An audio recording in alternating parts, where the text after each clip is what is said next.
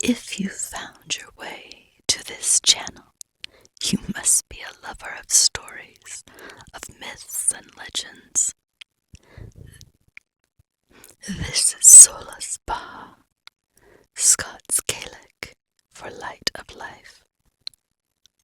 Welcome, dear one. I'm Lily Christensen and sometimes go by Grandma May.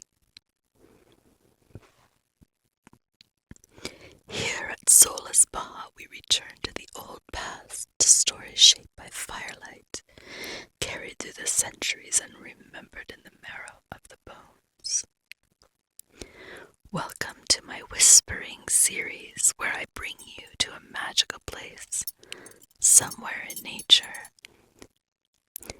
and read my own fantasy novel, Beyond Trivar, in soft, soothing whispers, like a fae gently calling through the ages.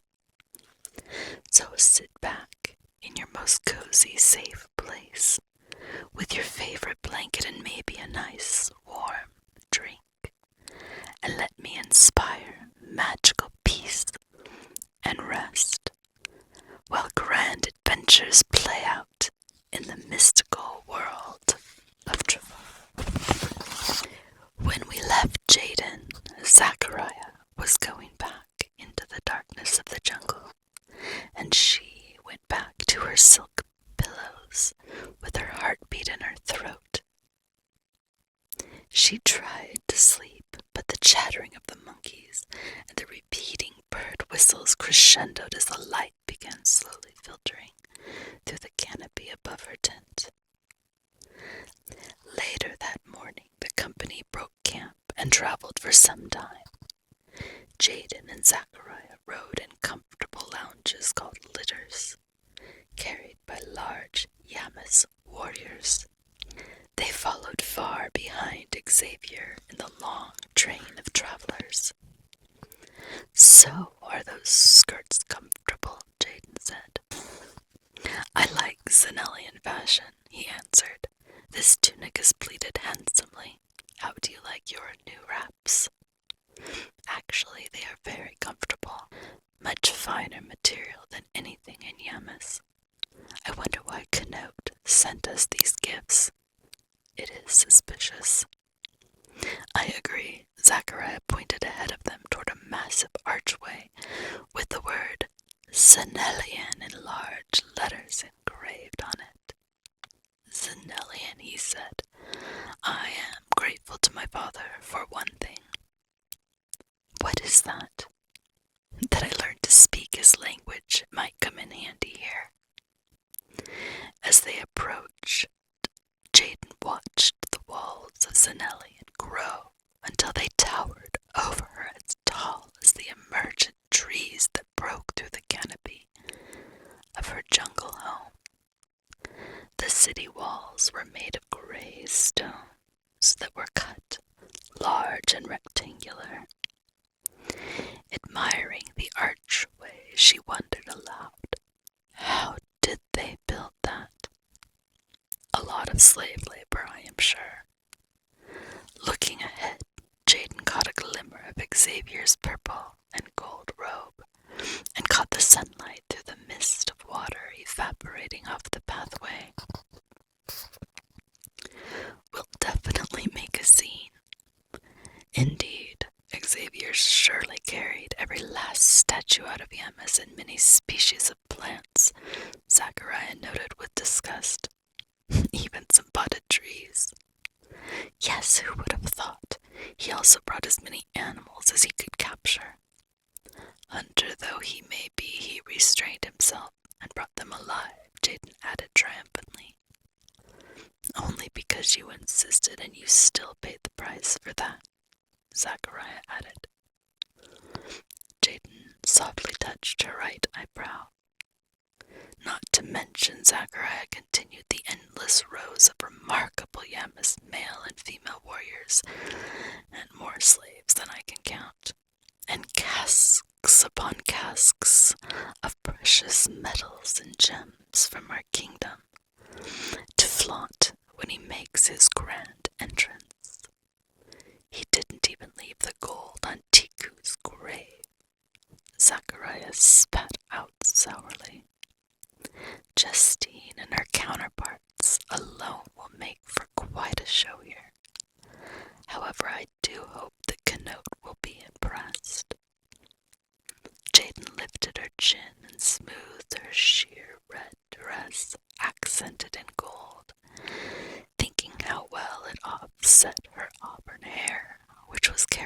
twisted around her head and inlaid with delicate, vibrant orchids from Yamis.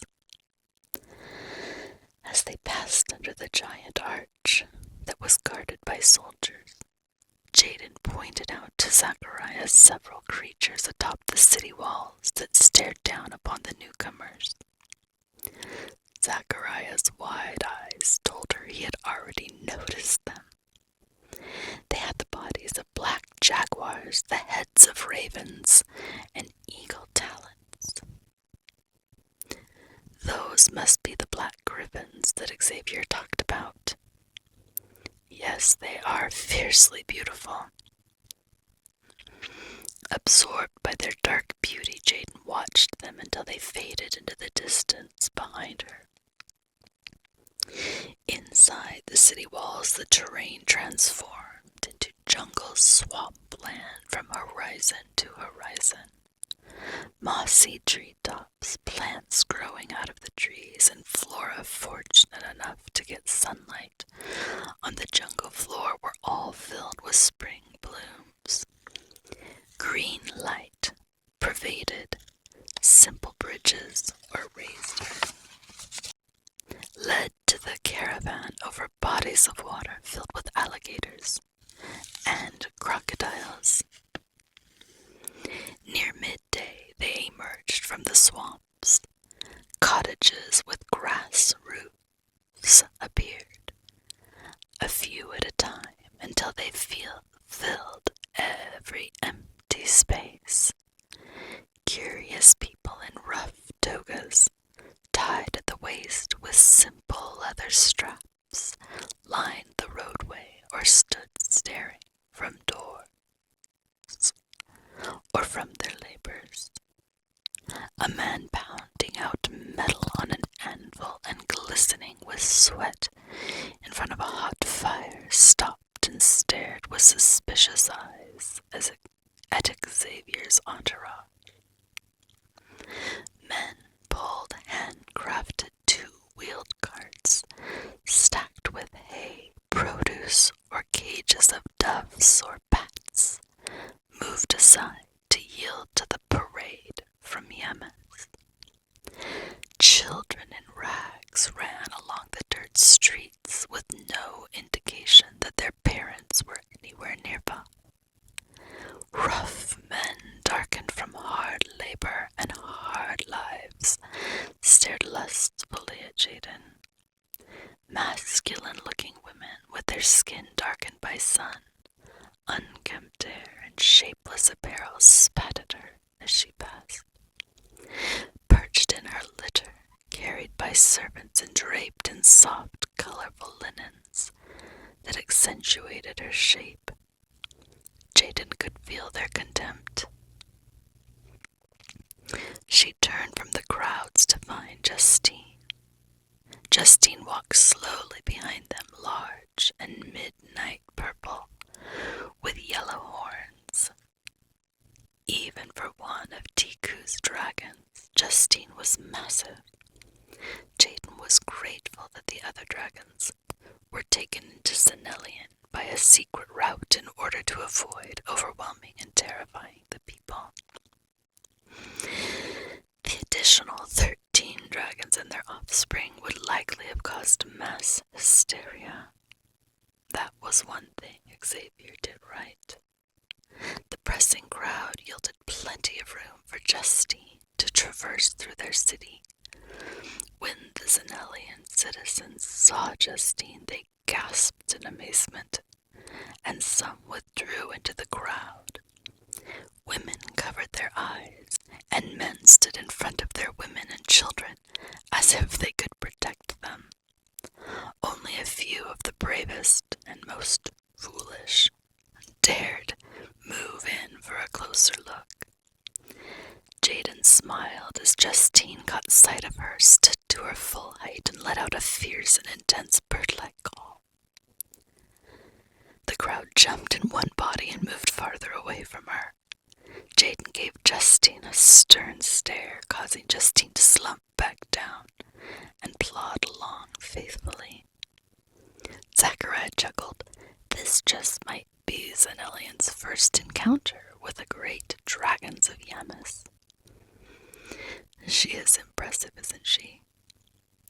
As they moved through Xannellion, the muted thudding of the servants' sandals on the dirt road changed to the slap of leather on stone. Stone buildings replaced grass and bamboo huts.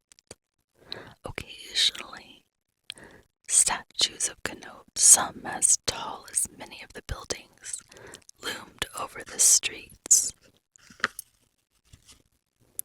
The road grew wide enough for 3 groups like theirs to pass through side by side, if not for the throngs of people filling in all the extra space. Some of their togas had the edges dyed with bright designs. Many wore beautifully crafted leather sandals and belts. Mothers stood by their children, and fathers were often near as well. Jaden observed an occasional smile and felt glad to be farther from the suffering masses. Mother, can you believe the size of Xannellion? The entrance gate and walls were enormous, but everything grows bigger as we travel. Zachariah halted mid-sentence. Both Jaden and Zachariah forgot the crowds and stared ahead to the right of their litter. It has to be the Xannellion Stadium Xavier talked about, Zachariah said. They both breathed in awe as they rounded a corner, and the Coliseum Stadium and the Colossal Stadium came into full view. Stop calling him Xavier, he is your father, Jaden responded, suddenly very weary. Zachariah turned to his mother. I am going to be all right, Mother. I promise. I don't care how oversized this place is. I am the best. I know you are. I just want you to be the best. Alive. Zachariah changed the subject. Did you ever get back to sleep this morning? Jaden returned to studying the buildings. Did you? He lightly scoffed and stared at the stadium. Jaden felt the heat rising from the stone road beneath them, while the moist, hot air pressed in around them. Thank you for spending this time with me. May these stories bring you rest, wonder, and a sense of home.